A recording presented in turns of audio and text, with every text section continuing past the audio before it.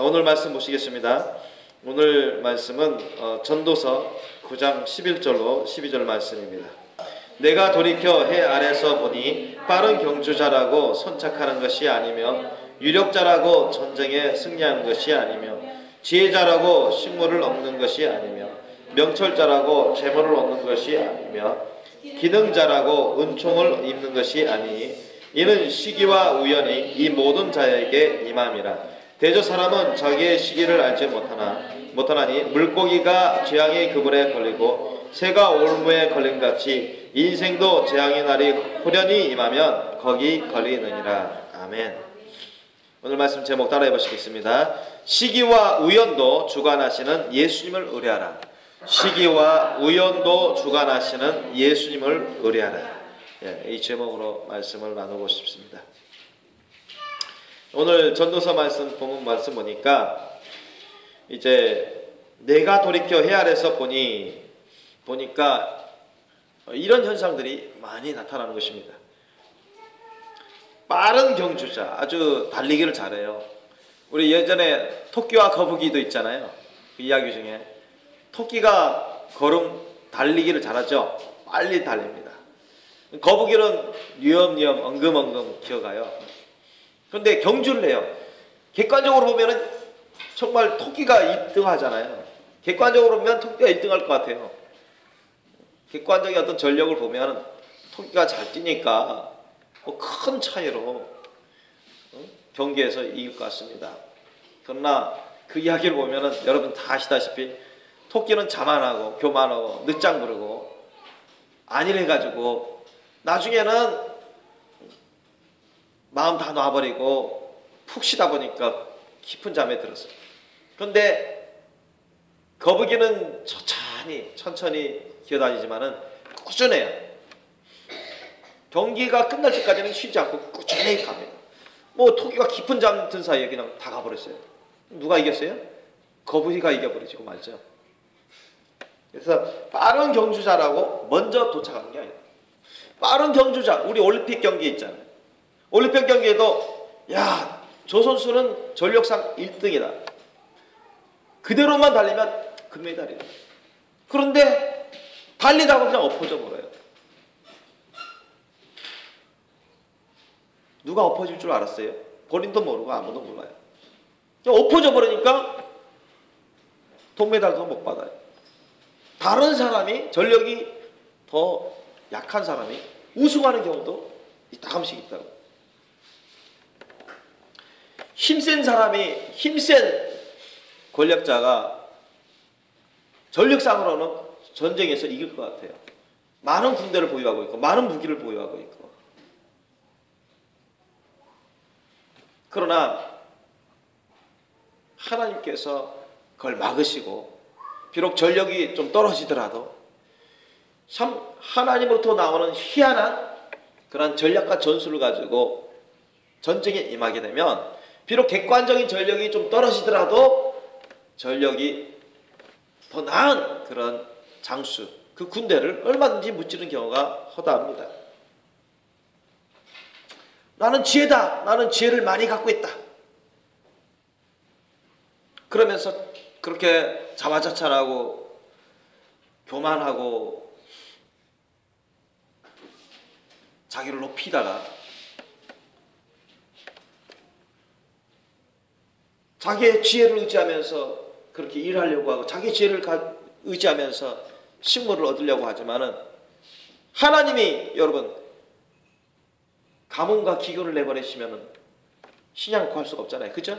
그 사람이 아무리 나 많이 배웠다, 나 세상 많이 살았다, 많이 내가 안다, 어떻게 하면 잘 살고 어떻게 하면 식물을 얻는지 알지라도 하나님이 막으셔가지고 하늘문을 닫아버려가지고 가문과 기권해가지고 신앙이 다 떨어지게 하면 굶는 것입니다. 어쩔 수 없는 거예요. 내가 아무리 총명하다, 나 정말 많이 배웠어, 나 정말 총명해, 명철해, 그래도 하나님이 또 막으시면 사업이 안 돼요. 나 이 분야의 베테랑이야, 그래도 하나님 막아버리시면 사업이 안 되는 것입니다. 망하기도 하죠. 재물을 얻고자 물질을 많이 쌓고자 하면서 그렇게 시간도 많이 들이고 머리도 막 싸매고 잠도 제대로 안 자고 그렇게 열심으로 장사하고 사업해도 하나님 막아버리시면 장사가 안 돼요. 자기가 아무리 아이디어가 좋고 아무리 거기에 뭐 특출한 기술이 있어가지고 야 충분히 많은 돈을 벌 수 있다 이렇게 객관적으로 그렇게 평가돼도 하나님 막아버리시면 될 것도 안 돼버리는 거예요. 내가 재주가 있다. 손재주도 있고 발재주도 있고 기술이 있다. 그렇게 내가 기능자가 할지라 너 어디 가서 굶어 죽지 않는다. 너 어디 가서 어디든 잘 살 수 있다. 내가 그런 기술이 있다. 그럴지라도 주님이 잡을 열어주지 않아요. 직장을 얻도록 그렇게 자기가 원하는 직장을 얻도록 그렇게 해주지 않습니다. 막아버리세요. 자기 우월한 가운데 자기 교만 가운데 자기의 손재주 기술 그런 걸 의지하면서 살려고 하다가는 하나님으로부터 은총을 받을 수 없어서 굶기 일상이고 정말로 원치 않는 참으로 너무나 하찮은 일을 겨우 하면서 입에 풀칠하는 그런 경우의 사람들도 있습니다. 이런 것처럼 모든 것이 다 하나님께서 주관하시는 하나님께서 여기 보면은 시기와 우연이 이 모든 자에게 임함이라 했어요. 시기, 이 시간의 때를 말하는 것입니다. 이 시간의 때, 언제 그런 일이 일어나는가, 언제 그 사람을 만날 수 있는가, 언제 그 사업을 이룰 수 있는가. 사업이 잘 되는 기간은 언제부터 언제까지고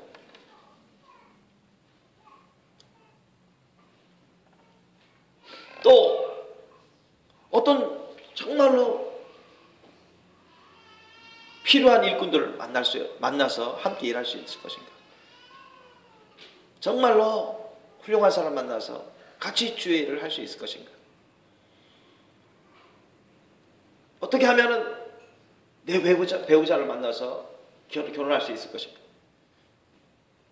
어떻게 하면은 이 참 사방팔방이 캄캄한 이 가운데 어떤 사업을 해야 될지 어떤 직장을 해야 될지 자기도 종잡지 못할 때 갑작스럽게 우연같이 그런 좋은 직장이 나타나고 그런 아이템을 얻게 되고 그런 사업을 잘할 수 있는가.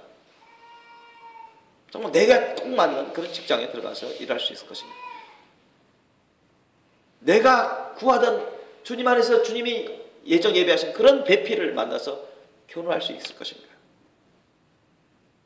그것도 어떻게 보면 우연같이 오는 경우가 아주 많습니다. 우연같이 하나님 역사하시는 경우가 아주 많아요. 우리 지구상은 말할 것도 없고 온 우주 천하 만물이 다 하나님의 말씀, 하나님의 능력으로 창조되었습니다. 우연히 말 그대로 어쩌다가 우연히 창조된 게 아니고 하나님이 그 뜻하신 바 가운데 하나님의 예정에 예비하신 가운데 하나님의 말씀과 능력으로 지음받았습니다. 믿죠? 그냥 안 믿는 불가론자들, 불신론자들이 말하는 것처럼 우연히 뭐 우주가 생기고 우연히 우주 먼지 가운데 지구가 생기고 우연히 지구 가운데 물이 생기고 우연히 물 가운데 단세포 생물이 생기고 우연히 그 가운데 사람이 생기고 이렇게 된 게 아니라는 거예요. 그러면 여러분 만약 그렇다면은 우연히 사람이 만들어지고 우리는 우연히 아버지 어머니 가운데서 태어나고 남편과 아내는 우연히 만나가지고 결혼하고 애들은 우연히 이런 아이들을 낳게 되고 모든 게 다 우연이 됩니다. 근데 그런 우연이 일어날 우연의 가능성은 거의 제로에 가깝습니다. 과학적으로도 그래요.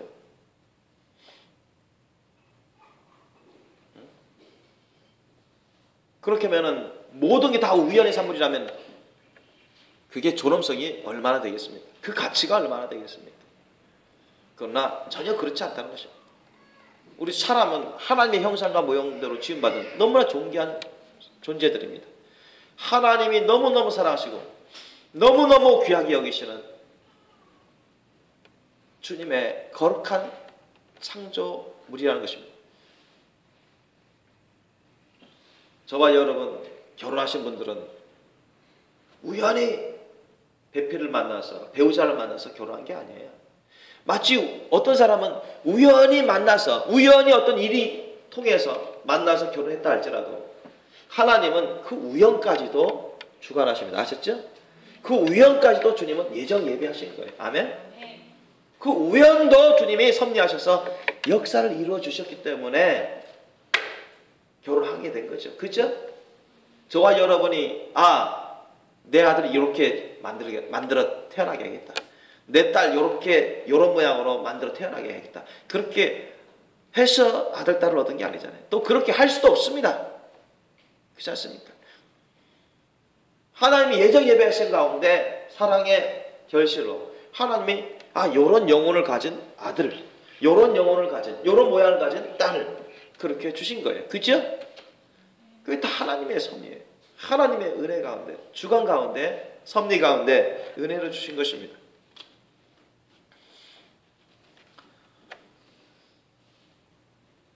오늘 본문 말씀 보니까 이는 시기와 우연이 모든 자에게 임합니다.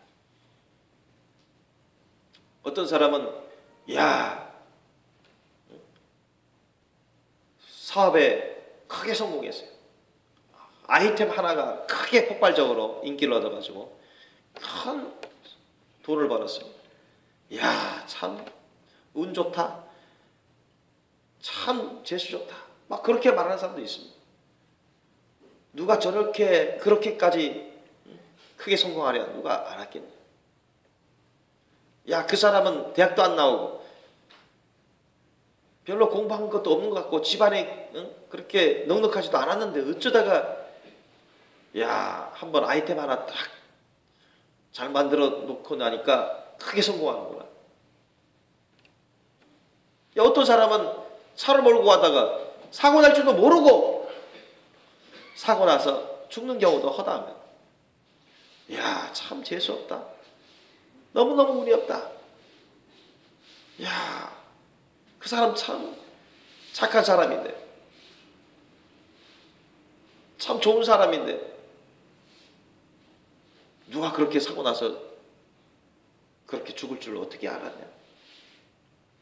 또 모든 것이 이런 시기와 우연이 하나님이 정하신 것이고 하나님이 정하신 그 가운데 섭리 가운데 이루어지는 것입니다. 하나도 주님에게서는 우연이라는 건 없습니다. 우리 사람들이 흔히 말하는 우연은 하나님에게서는 반드시 필연적으로 나타나는 것입니다. 아멘? 우리 사람에게 있어서 우연처럼 보이는 것, 우연한 일처럼 보이는 것은 모든 경우는 하나님이 다 알고 계시고 하나님이 다 주관하고 계신 것입니다. 하나님 앞에서는 다 필연적으로 나오는 것입니다. 믿으시기 바랍니다. 그래서 하나님에게서는 하나님도 모를 정도로 하나님도 생각지도 않을 정도로 그렇게 우연히 나타나는 것은 아무것도 없습니다. 모든 걸 다 알고 계셔요. 아셨죠? 모든 걸 다 예정 예비하십니다. 예수님 말씀하지 않았습니까? 그죠? 예수님 말씀하셨어요. 저 공중에 있는 두 참새 봐라. 저 두 참새가 한 마리씩 하나소리에 팔려 나가는데 저 두 참새 중에 한 마리라도 하나님이 허락하지 않으면 땅에 떨어지는 일이 없다. 그렇게 말씀하셨어요. 그리고 하나님은 너희들의 머리카락도 다 세신다. 너희들의 머리카락도 다 세신다. 그러니 너희들은 근심하지 말라. 두려워하지 말라고 했어요. 하나님을 믿으니 또 나를 믿으라. 예수님 말씀하셨어요. 아멘. 그래서 보통 우리가 어떤 안 좋은 일을 당할 때 특히 막 근심하죠. 두려워합니다. 애가 많이 아파가지고 뭐 열이 39도 40도까지 가요. 뭐 토하고 기침하고 애가 밤새 울어요.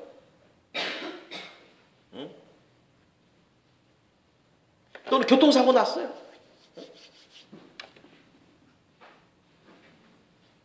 갑자기 못 일어날 정도로 너무 마비 현상이 나면서 너무 아파요. 아무것도 못할 정도로. 갑자기 부도 나서 직장을 잃게 됩니다. 생각지도 않게 사업이 하다가 쇠락의 길로 가요. 이전에 잘 되는데 안 되기 시작해요. 그럼 사람들은 근심하죠. 두려워하는 것입니다. 예수님은 마음의 근심도 하지 말고 두려워하지도 말라고 했어요. 오직 하나님을 믿으니 또 나를 믿으라 했습니다. 아멘. 여러분, 모든 시기나 모든 일과 경우, 모든 우연 같은 것도 다 하나님이 주관하십니다. 예수님이 주관하세요. 아멘. 그러면 그때마다 우리는 어떻게 해야 될까요? 그때마다 보통 사람들은 막 일이 막 닥치니까, 막 시급한 일이 막 터지니까 근심하고 두려워하고 인간적인 방법을 생각합니다. 사람의 방법을 막 생각해요. 아프니까 예수님을 안 찾아요. 하나님을 안 찾아요. 먼저 기도하려고 해야 되는데, 예수님을 찾으면서 기도해야 되는데 어디 약 찾고 병은 찾아요. 사람의 생각. 안 믿는 사람들은 당연히 그렇게 합니다.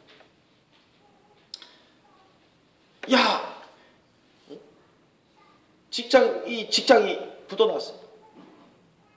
직장을 잃잖아요.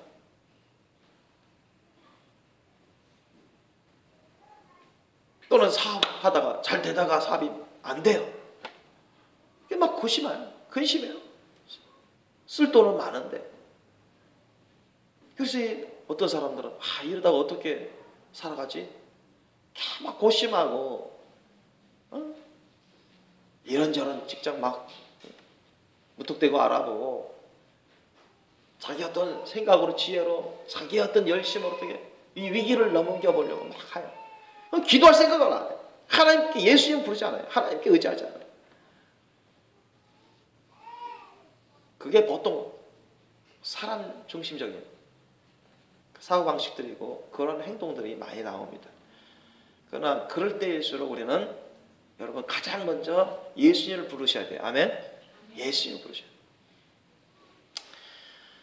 돼요. 저도 옛날에 많이 아프고 그런 적이 있어요.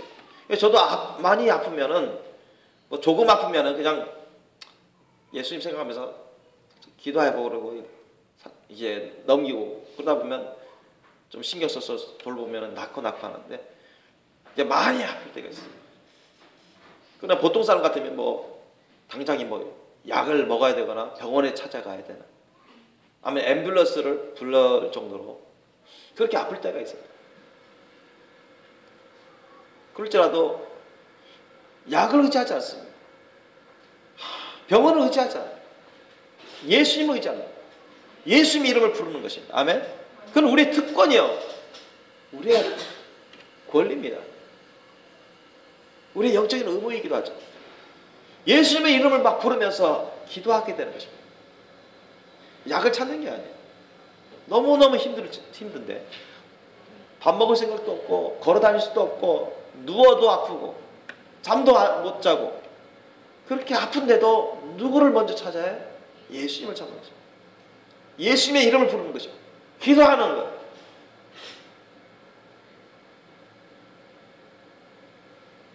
우리 사업이 막힐 때도 그래야 돼요. 직장이 부도났다. 그래도 여러분 인간적으로 어떤 일을 하려고 하지 말고 자기 열심으로 자기 지혜로 풀어가려고 하지 말고 자기 지혜로 풀어가려고 자기 열심으로 풀어가려고 해도 여러분 사업이 안 되게 되면요 막을 수가 없습니다. 부도난 그런 직장이 잃어버리면 또 하나님이 안 도와주시면 좋은 직장 얻을 수가 없어요. 하나님이 안 도와주시면 사업이 잘 될 수가 없어요. 그렇기 때문에 이 모든 키는 누가 주고 계세요? 예수님이 주고 계십니다. 하나님이 주고 계시죠. 그죠? 예수님의 본체가 하나님의 그리스도로 오신 주님이십니다. 오늘날 또 성령님을 보내셔 예수님이 중보하고 계시죠. 그렇기 때문에 우리가 항상 예수님을 불러야 돼요. 예수님. 사람들 가운데서는 그런 얘기를 많이 해요. 어떻게 하다가 우연히 사고 당했다. 어떻게 하다가 우연히 어떤 사람을 만났다. 어떻게 하다가 우연히 그런 횡재를 얻었다. 어떻게 하다가 우연히 큰 낭패를 봤다. 그러나 우리 삶의 모든 것은 다 주님이 주관하신다는 것. 시기와 우연도 주님이 다 주관하신다는 것입니다.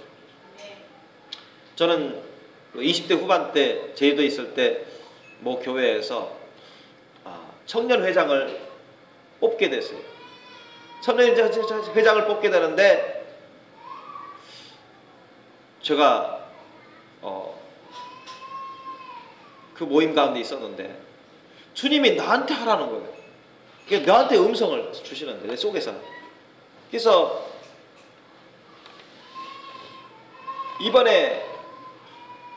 이번 다음 연도에 청년회장을 뽑아야 되는데 주님이 내 안에서 야 너가 해야 된다.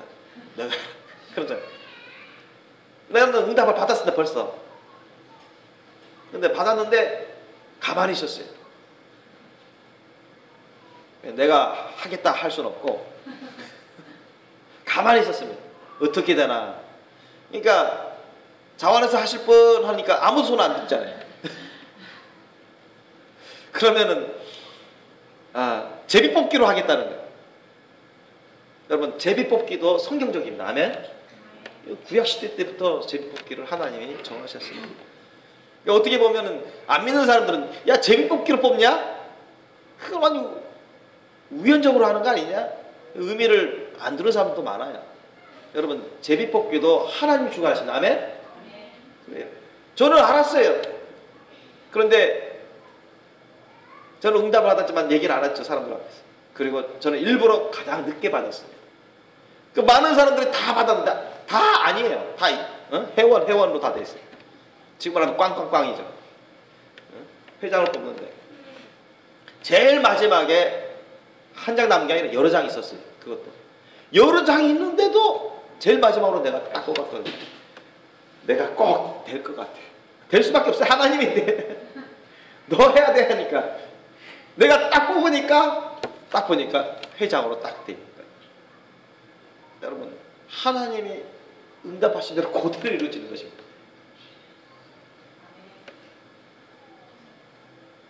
우연이 되는 게 아니에요. 사람들 보기에는 우연이라지만 하나님은 그 우연도 주님은 주관하셔서 필연으로 되게 만드십니다. 아멘. 우리 잠언서 16장 33절 보면 이 말씀이 나와요. 따라해 봅시다. 사람이 제비는 뽑으나 이를 작정하기는 여호와께 있느니라. 이를 작정하기는 여호와께 있느니라. 그러니까 사람이 제비 뽑기는 하지만은 이 사람이 이걸 당첨되는지 안 당첨되는지 되는지 안 되는지는 하나님 작정하신다는 거예요. 하나님 작정해서 될 사람을 되게 만드시다는 거예요. 아멘. 제비 뽑기도 하나님이 다 주관하시는 거예요. 뭐 구약 시대에만 나온 줄 아십니까? 신약에도 나왔다고요, 여러분. 신약에 여러분 사도행전 1장 15절로 26절 한번 펴보세요. 사도행전 1장 15절로 26절 말씀. 사도행전 요한복음 다음에 있죠. 우리 한번 읽어보겠습니다. 사도행전 1장 15절로 26절 사이 말씀 보면, 자, 가룟 유다가 사도였는데 예수님을 배반해서 자살해서 목매달아 죽죠. 그러니까 이제 12사도 중에 한 사도가 결혼이 된 겁니다. 그러니까 오늘날은 보궐선거를 한 것처럼 이제 한 명을 메꿔야 돼요. 그런데 누구를 택해서 사도로 세워야 되는지는 아무도 몰랐습니다. 하나님께 기도하는. 우리가 저도 청년회장 할 때는 모든 사람 다 기도했습니다. 아무도 청년회장 하겠다는 사람 없기 때문에 기도해가지고 다 제비를 뽑았다고요. 하나님의 인도하신 대로 되게 해달라고. 그렇게 기도하고 제비를 뽑았어요. 그렇게 된 거예요. 저는 제비 뽑기 전부터 내가 될 거라는 걸 알고 있었어요.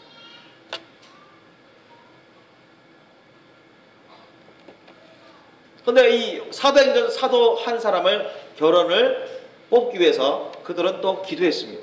보세요. 1장 15절로 26절 사이 우리 한번 함께 읽겠습니다. 시작. 모인 무리의 수가 한 120명이나 되더라. 그때 베드로가 그 형제 가운데 일어서서 가로되 형제들아, 성령이 다윗의 입을 의탁하사 예수 잡는 자들을 지로한 유다를 가리켜 미리 말씀하신 성경이 응하였으니 마땅하도다.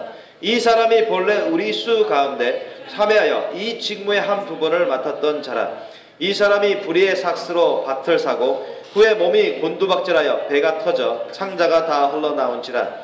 이 일이 예루살렘에 사는 모든 사람에게 알게 되어 본 방언에 그 밭을 이르되 아겔다마라 하니 이는 피밭이라는 뜻이라. 시편을 기록하였을 때 그의 거처로 황폐하게 하시며 거기 거하는 자가 없게 하소서 하였고 또 일렀을 때 그 직분을 타인이 취하게 하소서 하였도다. 이러함으로 요한의 세로로부터 우리 가운데서 올리와 가신 날까지 주 예수께서 우리 가운데 출입하실 때 항상 우리와 함께 다니던 사람 중에 하나를 세워 우리로 더불어 예수의 벌하심을 증거할 사람이 되게 하여야 하리라 하거늘 저희가 두 사람을 천하니 하나는 바사바라고도 하고 별명은 유스도라고도 하는 요셉이요 하나는 마띠아라. 저희가 기도하여 가로되 무사람의 마음을 아시는 주여 이 두 사람 중에 누가 주의 택하신 바 되어 봉사와 및 사도의 직무를 대신할 자를 보이시옵소서. 유다는 이를 버리었고 제 곳으로 갔나이다 하고 제비 뽑아 마띠아를 얻으니 저가 11사도의 수에 가입하니라. 아멘. 가룟 유다를 대신해서 12번째 사도로 뽑힌 사람이 누구라고요? 마띠아인데 사도들이나 다른 성도들이 일방적으로 딱 뽑은 게 아니라 제비를 뽑게 했어요. 일단 기도하고 나서 하나님께 기도하고 나서 주님이 이끌어주세요. 모든 사람들의 심령을 아시지 않습니까? 이끌어주세요 하고는 제비를 딱 뽑았는데 하나님이 어떻게 뽑게 했어요? 누구를 뽑게 했어요? 마띠아를 뽑게 했어요. 그러니까 하나님의 주권적인 섭리 가운데 그렇게 역사하신 것입니다. 믿으시기 바랍니다. 네. 보세요. 이거 우연이라는 게 아니에요. 사람들은 제비 뽑는 것조차도 우연이다 하지만 그게 아닙니다. 하나님에 계셔서는 어떤 우연, 흔히 말하는, 안 믿는 사람들이 흔히 말하는 그 어떤 우연도 없습니다. 믿으시기 바랍니다. 하나님 모든 걸 다 하시고 또 모든 걸 다 예정 예비하십니다. 아멘. 주님은 졸지도 않으시고 주님은 자지도 아니하시고요. 주님은 흠도 점도 없으십니다. 우리의 모든 걸 다 세신 바래요. 우리의 심령까지도 폐부까지도 다 아시는 분이세요. 그만큼 여러분 주님은 우리에게 아무것도 마음에 근심하지 말고 아무것도 두려워하지 말고 오직 하나님을 믿고 예수님을 믿고 의지하라고 주님이 말씀하고 있는 것입니다. 여러분 창세기 45장이 거기에 나오면 거기에 보면은요 요셉이 이제 형제들에게 자신의 정체를 드러내서 형제들을 용서하고 그들을 가족들을 다 이집트 애굽으로 이끌 수 있도록 그렇게 말하는 부분들이 나와요. 여러분 요셉이 어떤 사람이었습니까? 10대 후반에 형들의 시기와 질투에 의해서 인신매매 당합니다. 그죠? 오늘날로 말하면 인신매매 당해요. 형들에 의해서. 겨우 은 20세켈을 받고 미디안 그 애굽으로 가는 미디안 상인 가운데 이스마엘 사람들에게 은 20세켈을 받고 그냥 팔아 넘겨버려요. 죽이려고 하다가 차마 죽이지 못하고. 그러니까 얼마나 슬픈 일을 당했습니까? 얼마나 괴로운 일을 당합니다. 형제들이 다 원수 같은 일을 한 거예요. 사탄 마귀의 종로를 탄 것입니다. 요셉은 그냥 순식간에 종이 돼버리고 만 것이죠. 노예가 되고 만 것이죠. 여러분 그것도 다 하나님이 다 보고 계신 거예요. 하나님이 다 예정 예비하신 섭리 가운데 그러한 일을 당하게 하신 겁니다. 아멘. 믿으시기 바랍니다. 또한 형제들이 위대한 상인 가운데 이스마엘 사람들에게 야 돈 받고 팔자 저들을 보고 우연히 봤어요. 그죠? 우연히 죽이려고 웅덩이에 빠뜨렸는데 저쪽으로 바로 그 애굽으로 가는 미디안 상인들을 갑자기 우연히 봤습니다. 그들이 초대한 게 아니에요.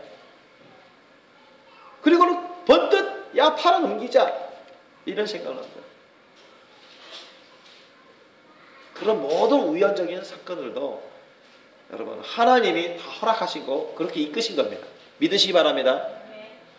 그리고 요셉이 종으로 노예로 끌려가가지고 보디발의 그 아내에게 유혹당하잖아요. 그죠? 유혹을 겪습니다. 아내의 시험을 받습니다. 아내가 이 요셉은 나이도 젊고 일도 잘하고 총명하고 그러니까 아주 매력적으로 보이니까 그 요셉을 꿰가지고 동침하려고 했다. 그러니까 요셉은 하나님을 두려워하는 사람이에요. 하나님을 경외하는 사람이에요. 하나님 말씀 뜻을 알죠. 그리고 자기가 이렇게 종으로 팔려온 것도 생각해 보니까 자기가 겸손하지 못하고 교만한 부분이 있어가지고 또 하나님 무슨 선한 뜻이 있으셔서 이렇게 한다는 것을 그는 깨달았어요. 감히 하나님 앞에서 죄를 지을 수가 없죠. 아무리 상전이라 할지라도 하나님 말씀 뜻이면 상전이 말이라도 따를 수가 없는 것입니다. 우리는 그렇게 해야 됩니다. 아멘.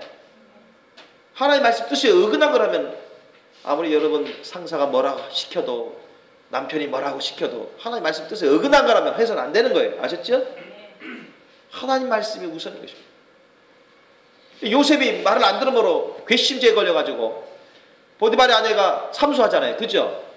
그래서 완전히 죄 누명 쓰고 보디발의 감옥에 갇힙니다. 그곳에 3년 이상 그렇게 썩히다가 또 그때 바로 애굽의 바로 왕이 꿈을 꿨는데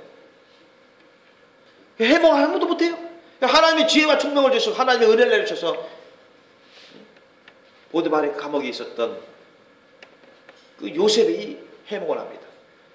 그냥 뭐 어떤 사람은 야 우연히도 꿈을 한 번 해몽을 잘하고 나니까 신세가 완전히 바뀌었구나. 세상에 큰 출세를 했구나. 그래서 애굽의 국무총리가 되잖아요.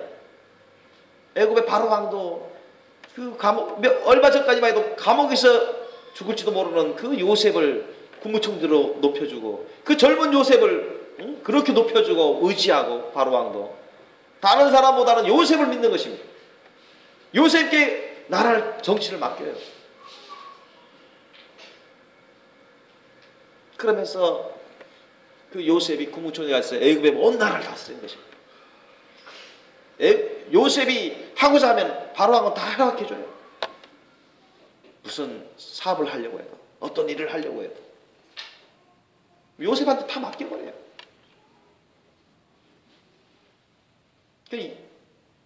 뭐 순식간에 이제는 요셉이 그 당시에 큰 나라라고 하는 애굽의 국무총리가 돼서 정말로 높은 자리에 위치해가지고 하나님을 경외하고 받들어 섬기면서 참으로 축복된 삶을 살아가죠. 그러나 그는 하나님께 기도하면서 하나님의 인도하심과 역사심을 깨닫는 것입니다. 이야, 그 당시에 크게 흉년이 들었는데 7년 동안 흉년 들었는데 가나안 땅이나 애굽이나 다 흉년이 들었어요. 그러니까 다 굶어서 죽을 판이에요. 그러니까 사방팔방에 있는 나라들이 다 기근에 시달리면서 죽어가는 사람들이 많아요. 그런데 애굽에는 미리 하나님의 계시를 받은 요셉이 미리 다 7년 동안 곡식을 다 쌓아놔가지고 그 7년 동안 흉년기간 동안 다 곡식을 풀어주면서 굶어 죽은 사람이 없어요. 다 풍족한 삶을 살아가는 거예요. 그 소문이 사방팔방 온 나라에 퍼졌어요. 다른 나라들이 열방에. 가나안 땅에 있는 형제들에게도 다 퍼졌습니다. 가나안 땅에 있는 야곱의 아들들 형제들이 곡식을 구하러 온 것입니다. 그때 요셉은 그들을 잡아서 죽이지 않습니다. 그들을 다 맞이해줘서 그들을 호용해주고 용서해주고 아버지까지 가족 식구들 모든 소유를 다 데리고 그 기근에 시달리는 가나안 땅에 있지 말고 이 애굽의 풍요로운 땅에 와서 같이 하나님이 은혜롭게 하신 이 은혜를 같이 나누자. 그러면서 모든 식구들 다 애굽으로 이사 오게끔 하고 그곳에서 하나님을 경외하면서 영육간의 복된 삶을 살아가게끔 해줍니다. 보세요. 이 모든 경우가 다 하나님이 예정 예비하신 그 작전 가운데 일어난 것입니다. 사람 보기에는 야 형들에 의해서 인신매매 당해가지고 돈 20세겔 받아서 팔아 넘겨버렸다. 그게 참 끔찍스러운 일이죠. 어쩌다가 그랬냐? 야곱 아버지의 신부를 받아가지고 그 형들 광야 들판에서 양을 치고 동물들을 치고 있는데 신부를 한 것밖에 없는데 안 믿는 사람이야. 야, 우연히 갔다가 정말 재수없게 실이 형들에게 잡혀가지고 구덩이에 빠지고, 우연히 미디안 상인들 봤다가 형들이 죽이지 못하고 죽이지 못하고 야, 돈이라도 벌어야지 해가지고 우연히 팔아넘겼어. 안 믿는 사람들은 다 그렇게 말하죠. 그러나 하나님은 그 우연조차도 주님이 허락하시고 주관하시고, 우연조차도 주님이 섭리하셔서 구원의 역사를 베풀어 주십니다. 믿습니까?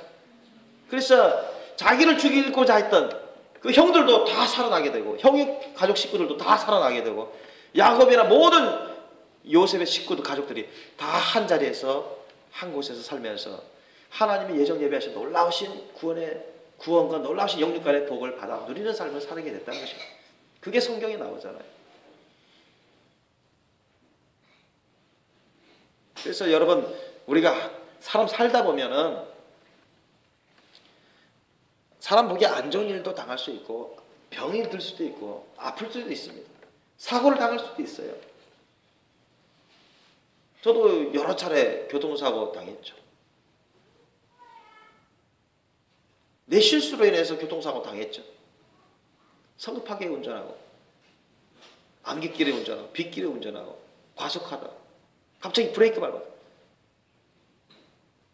아마 그때 주님이 도와주지 않으시면 저는 뭐 죽었을지도 모릅니다. 벌써 이상한 사람이 아닐지 몰라.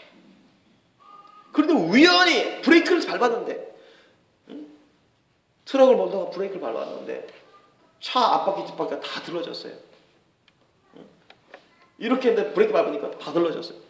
그런데 확 반대로 핸들 휠을 탁 트니까 차가 다시 내려앉더라고요. 휴 했어요. 내가 살았다. 그게 근데 그 말 나오자마자 벼랑이 보는 것입니다. 야, 나 이제 죽는구나, 그 생각이 있다고. 그래서 예수야 저를 받으소서 그러면서 끝나는 동시에 쾅 했더니 죽는 줄 알았어. 천국 가는 줄 알았어. 그 자리에 그 보병이 있는 줄 어떻게 알았습니까? 그래서 저 형이나 사람들이 와가지고요, 그 차가 폐차됐거든요. 완전 찌그러져가지고. 그런데 나는 아무것도 안 다쳤어요. 충격은 있었는데 병원 가도 이상이 없다는 거예요. 충격이 있었어요. 왜냐면 나 안전벨트도 안 했었고, 이 가슴에도 콩 충격을 받았고, 뭐 이 천장에는 뭐 헝겊만 덮었기 때문에 떨어지면 뭐 거의 죽는 겁니다. 거기.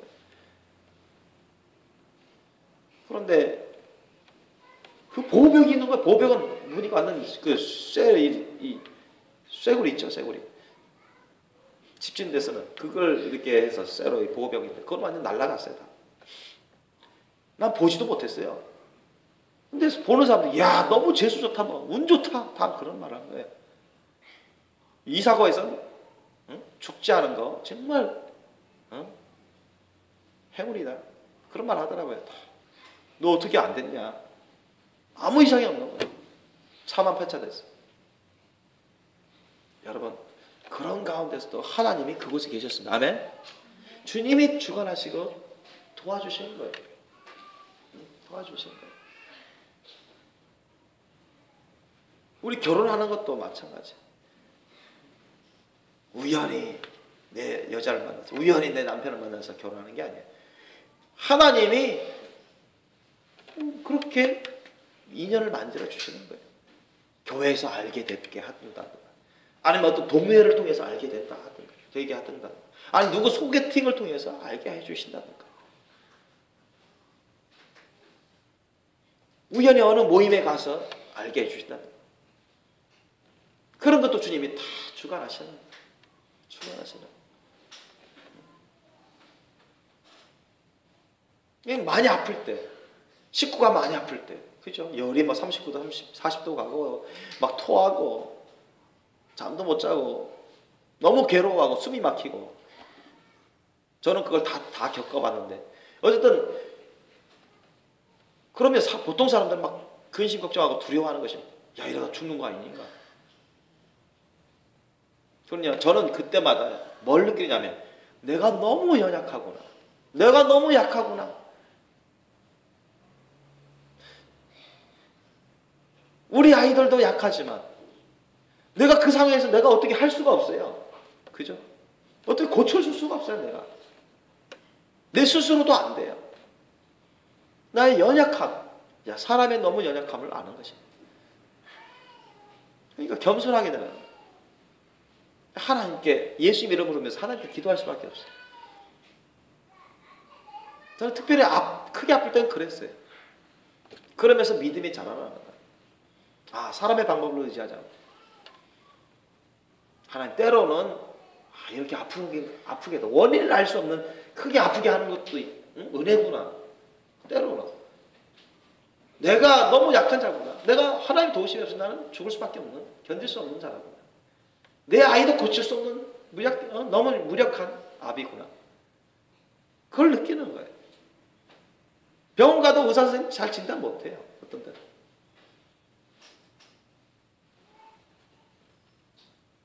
예수 이름을 의지하면서 기도하는 거예요. 예수 이름을 의지하는 거예요. 하나님을 의지하는 거예요. 그렇게 하면서 믿음이 더욱더 굳세져 가고 굳건해져 가는 것입니다. 한 가지만 더 살펴보자고요.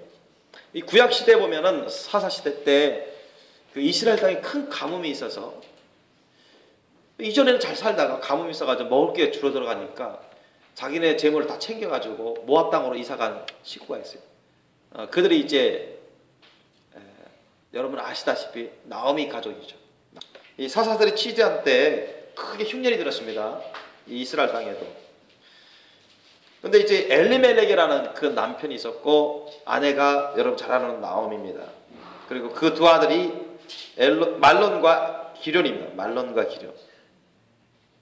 근데 이제 큰 가뭄이 들어가지고 먹을 것이 점점 줄어들어요. 농사도 안 됐죠. 그래서 자기들 생각에 요렇게 있다가 우리 점점 굶어가 죽어가겠다. 한두 달도 아니고 이거 계속 가뭄이고 농사도 제대로 안 되고 흉년이 들어가니까 여기보다는 좀 이방 땅이지만 모압 쪽에 가면 괜찮더라 이런 소문을 듣고 그쪽으로 이사 간 거예요. 남편 엘리멜렉과 아내 나오미와 아들 말론과 기련이 그곳에 가서 한 10년 가까이 이제 산다고요. 처음에는 괜찮아요. 하나님이 그리로 가서 살아라 이런 말씀하신 건 아니죠. 자기 생각에, 자기 사람의 생각에. 보통 사람들은 환경에 영향을 주기도 하지만 환경에 영향을 받기도 하잖아요. 그게 정당화될 수는 없습니다. 여러분, 우리는 환경을 쫓아가면 안 됩니다. 우리는 주님의 말씀을 쫓아가야죠. 아멘? 아브라함처럼 주님의 말씀 뜻을 쫓아가야지 환경이 어렵다고 해서 무척대고 괜찮다고 하는 환경 따라가 버리면 안 돼요. 환경이 여러분 기준 돼서는 안 됩니다. 근데 어쨌든 이 사람들은 신앙이 너무 어리기 때문에 환경을 따라 좀 낫다고 하는 환경으로 이사 간 거예요. 모압 지방이 처음엔 괜찮았어요. 그런데 이제는 뭐냐? 반대가 돼버렸어요. 거기서 얼마 있지 않아서 아버지 엘리멜렉이 죽어요. 그런데 아들들이 장가를 들었는데 모압 여자들하고 장가를 결혼했어요.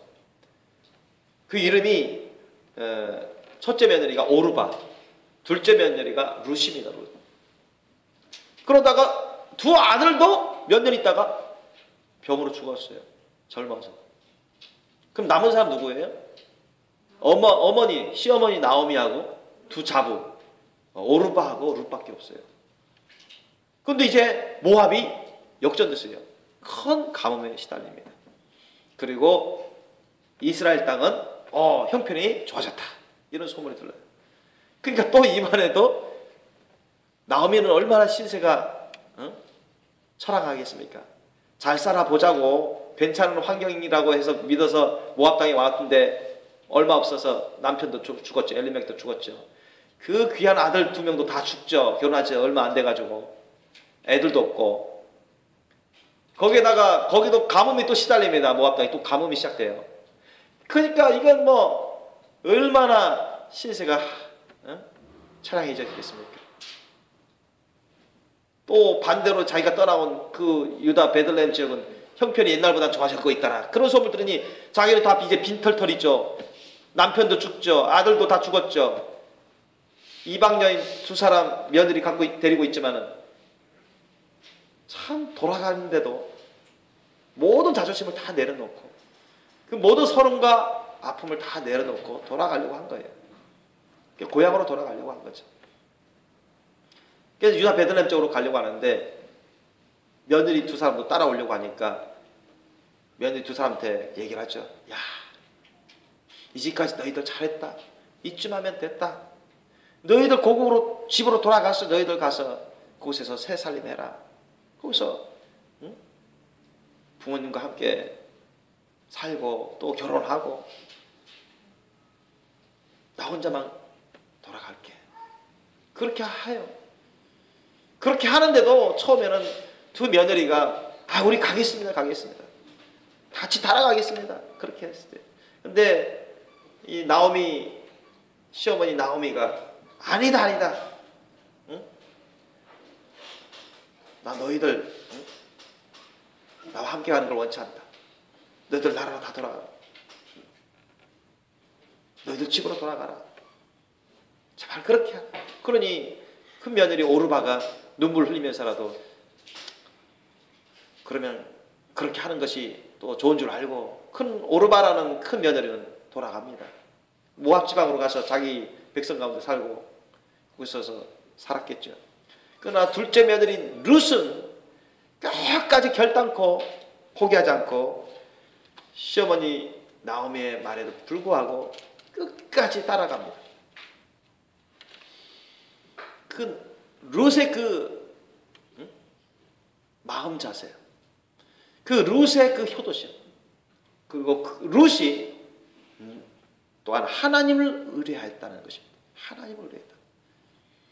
그러한 것 때문에 하나님이 이런 룻을 통해서 놀라운 구속의 역사를 이루어가는데요. 보시기 바랍니다. 룻기 1장 15절부터 17절 말씀이 보세요. 자, 룻기 1장 15절로 17절 말씀.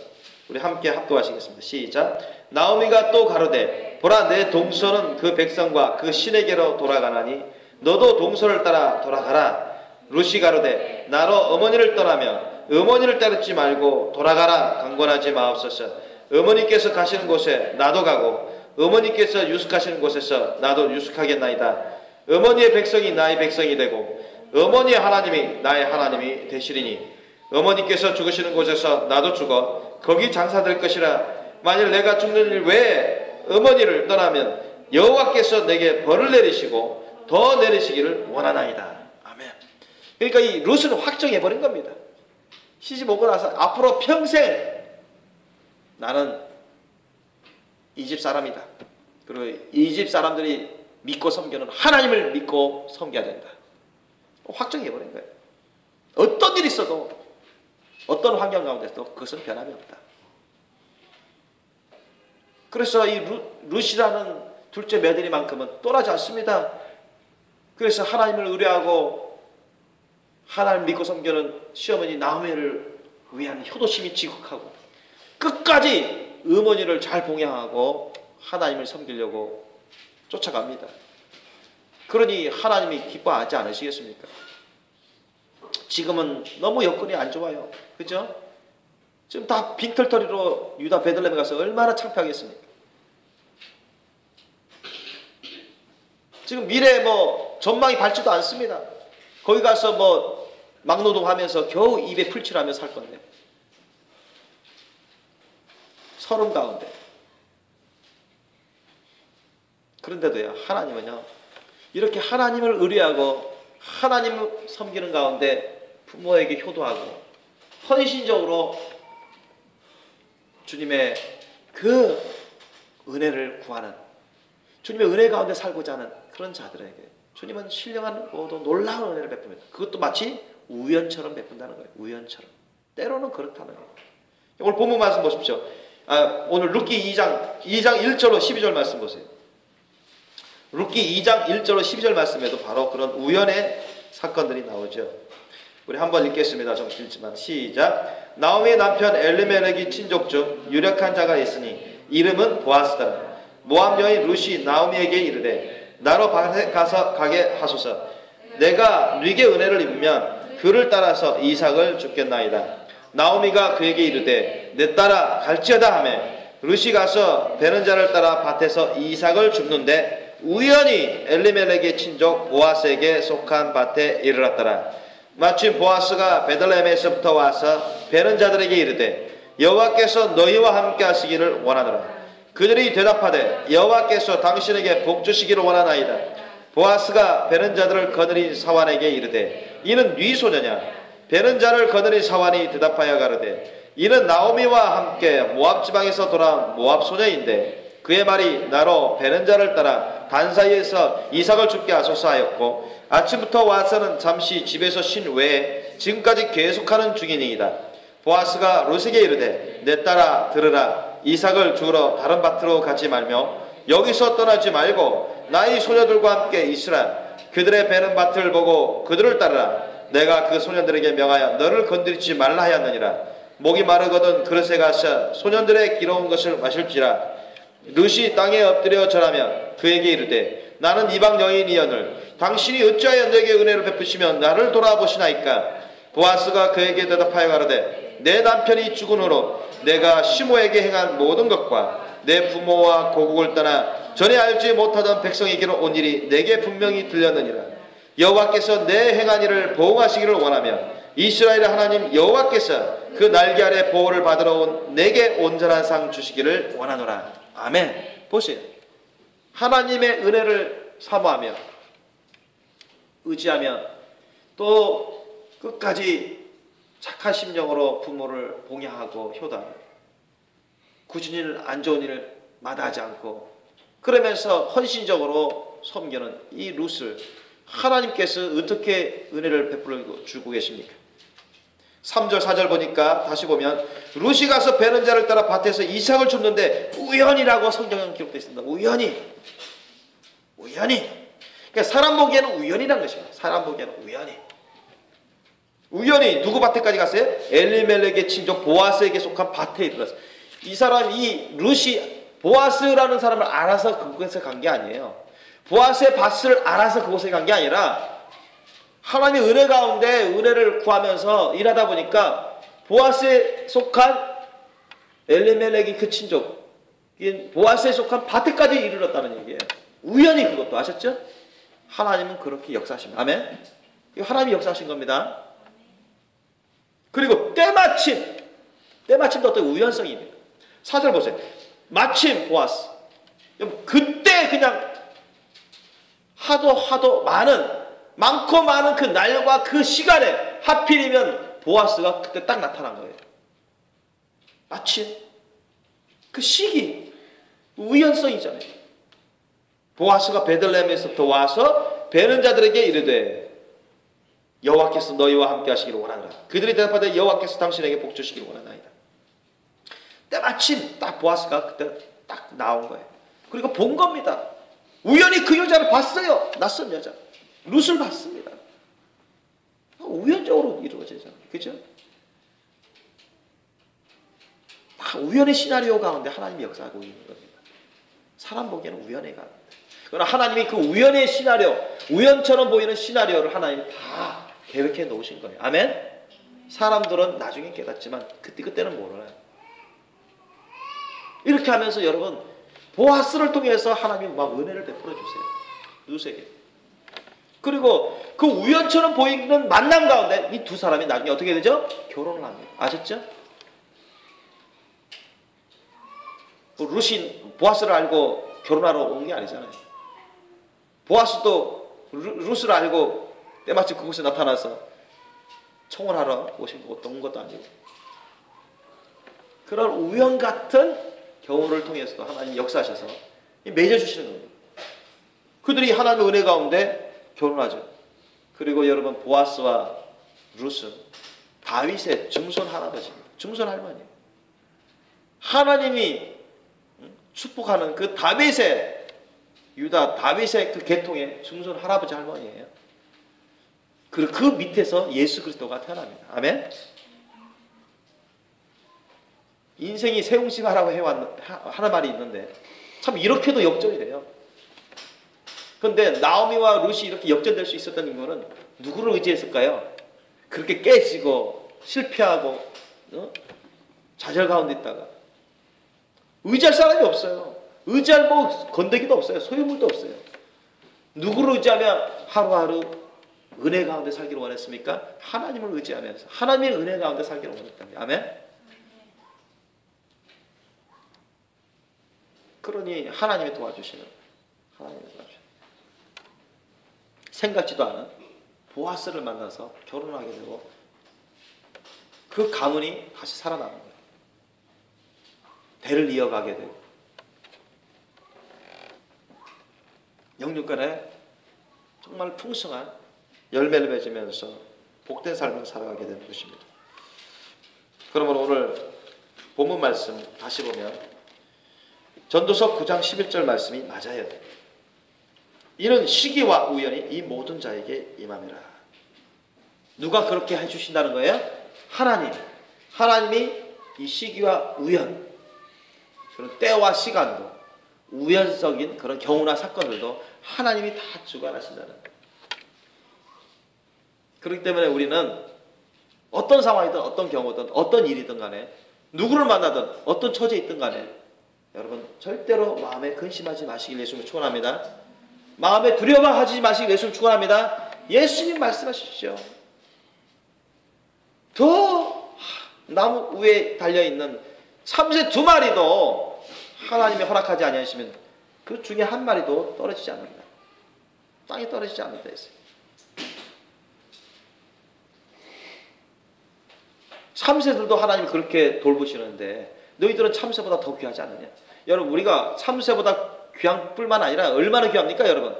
우리가 얼마나 귀하기에 번칭 하나님의 구주로신 예수님이 대신 오셔서 우리의 죄값을 다 청산하시고 대신 죽어주시고 우리를 위해서 다시 살아주시고 천국에 올라가시고 우리를 위해서 천국을 다 예배해 놓으십니까? 그리고 우리를 위해서 다시 오시겠다고 머지않아 오시겠다고 하십니까? 우리가 너무너무 귀한 존재라는 거예요. 보통 피조물이 아니라는 거예요. 어떤 피조물보다도 우리 사람이 가장 귀한 피조물입니다. 아멘? 가장 존귀한 피조물이에요. 어느 정도? 하나님이신 주님도 희생하면서 사랑하고 헌신할 정도로 우리가 너무너무 존귀한 너무너무 귀중한 주님의 백성이라는 것입니다. 여기 우리는 주님의 은혜로 죄 용서받고 주님의 자녀가 되고 이제 주님의 은혜 가운데 이 마지막 때 깨어서 거룩한 신분단장하는 그 길로 가지 않습니까? 이제 주님이 오실 때도 순식간에 오십니다. 번개같이 오신다 했어요. 징조를 보이시다가 주님이 때가 딱 되면은 동에서 서로 번쩍이는 번개같이 오신다 했어요. 갑자기 오시는 거예요. 준비 안 된 사람들이야 두려움에 떨겠죠. 그러나 깨어서 준비한 사람들은 주님이 공중 재림하실 때 첫째 부활 효과가 일어나는 것입니다. 기쁨으로 감사함으로 감격으로 주님 영광되게 주님을 만나게 되죠. 그러나 대환란에 남겨진 사람들은 참으로 많은 근심과 번민과 두려움에 떨게 될 것입니다. 12절 보니까 전도서 9장 12절 보니까 대저 사람은 자기 시기를 알지 못하는 여러분 우리가 내일 일도 알지 못하죠. 우리가 내일 누구를 만나고 어떤 일을 겪을지 어떻게 합니까? 내가 이 세상 언제 떠날지 어떻게 합니까? 아무도 모릅니다. 사람은. 그리고 하나님은 다 아신다는 것입니다. 아멘? 우리가 절대 하나님을 믿고 의지하고 예수 그리스도를 의지하면서 주님 말씀대로만 살면 우리는 늘 의아편과 혈압 가운데 안식을 누리면서 영육간의 복된 삶을 살다가 가는 겁니다. 아멘? 그러나 그렇지 않으면 물고기가 재앙의 그물에 걸리고 새가 오무에 걸림같이 인생도 재앙이 나려 갑자기 이르면 그 그물에 걸리는 것입니다. 여러분 저와 여러분은 대환란에 남겨져서 전무후무한 그 환란에 남겨져서 전무후무한 시험에 남겨서 겪는 것을 원치 않을 것입니다. 다 첫째 부활 휴거받기를 원하실 것입니다.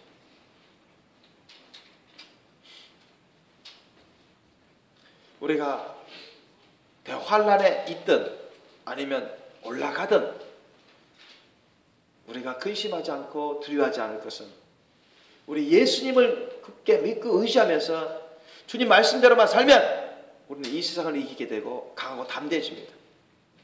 그리고 오늘날 우리가 하루하루 한때 한때 살아갈 때 여러분 먹는 것도 입는 것도 자는 것도 앞으로 살아가는 어떤 일도 근심 걱정하지 않고 두려워하지 않게 됩니다. 아멘?